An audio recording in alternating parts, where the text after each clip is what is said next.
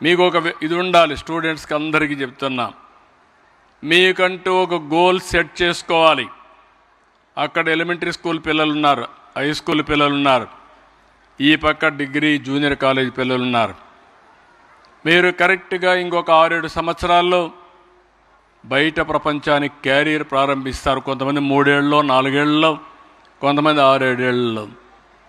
ఇక్కడిచ్చే విద్య ఒక యాంగిల్, ప్రపంచంలో ఉండే నాలెడ్జ్ అంతా కూడా మీకు అందుబాటులోకి వచ్చే పరిస్థితికి వచ్చింది.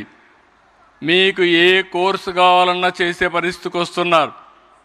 ఈరోజు ఇంకొక విషయం కూడా మీరు గుర్తుపెట్టుకోవాలి. భవిష్యత్తులో కొన్ని యూనివర్సిటీస్ కానీ, గవర్నమెంట్స్ కానీ, యూజీసీ కానీ అందరూ కలిసి కొన్ని వందల సబ్జెక్ట్స్ని ఆన్లైన్ కోర్సెస్గా పెట్టి ఓసారి ఆ యూనివర్సిటీ ఆధారంగా ఏ డిగ్రీ కావాలన్నా డిగ్రీ ఇచ్చే పరిస్థితి వస్తున్నారు.